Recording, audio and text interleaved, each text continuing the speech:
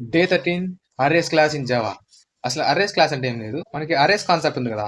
Arrays concept లో మనకి ప్రతి దానికి మనమే కోడ్ రాయాలి. అండ్ అరేస్ క్లాస్ లో మనకి ఇన్బిల్ట్ మెథడ్స్ ఉన్నాయి. ఆ ఇన్బిల్ట్ మెథడ్స్ ఏం చేస్తాయంటే మనకి ప్రతి దానికి కోడ్ రాయాల్సిన అవసరం లేకుండా మనకు రెడీమేడ్ మెథడ్స్ ఇస్తుంది.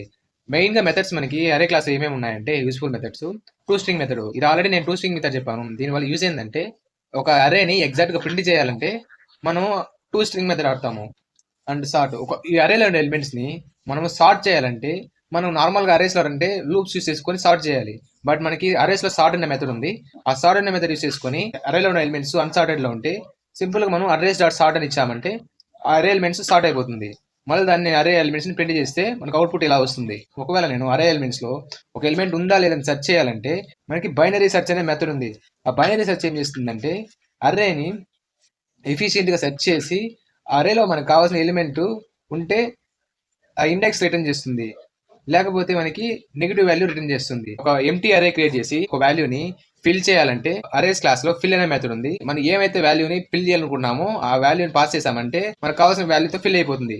ఇది మోస్ట్లీ మనం చేయాలంటే ఫర్ లూప్స్ చేసుకొని ఇటరేట్ చేసి చేయాల్సి వస్తుంది. ఇంకో మెయిన్ గా హెల్ప్ఫుల్ మెథడ్ ఏముందంటే కాపీ ఆఫ్ అనే మెథడ్ ఉంది. ఈ కాపీ ఆఫ్ మెథడ్ ఏం చేస్తుందంటే ఒక అరేలో ఎలిమెంట్స్ ని కాపీ చేస్తుంది.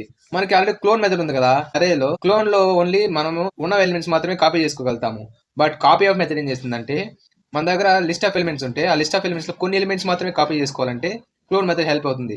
అలాగే మనకి ఒక అరేని రీక్రియేట్ చేయాలంటే మనం కాపీ ఆఫ్ మెథడ్ యూస్ చేసుకున్నామంటే మనకు ఎక్స్ట్రాగా కావాల్సిన అరే క్రియేట్ అయ్యి ఫైనల్ నాకు అరే ఇలా వస్తుంది. అరేస్ క్లాస్ లో మెయిన్ మెథడ్ ఉంది. ఆ అరేస్ క్లాస్ లో ఏం మెథడ్ అంటే ఈక్వల్స్ అనే మెథడ్ ఉంది. ఈక్వల్స్ మెథడ్ ఏం చేస్తుందంటే ఒక రెండు అరేస్ ఉంటే కంపేర్ చేస్తుంది. కంపేర్ చేసి సేమా కాదా అని చెప్తుంది. లెట్స్ సే ఫర్ ఎగ్జాంపుల్ నేను ఒక సేమ్ అరేస్ తీసుకున్నాను, అరే 1 తీసుకున్నాను, దీంతో సేమ్ 1 ఎలిమెంట్స్ ఉన్నాయి. ఎప్పుడైతే నేను అరేస్ డాట్ ఈక్వల్స్ ఇస్తాను, అరే 1 ని అరే 2 ని పాస్ చేసినప్పుడు రెండు ఎలిమెంట్స్ నేను రెండు సేమ్ ఉంటే మనకి ట్రూ అని ప్రింట్ చేస్తుంది.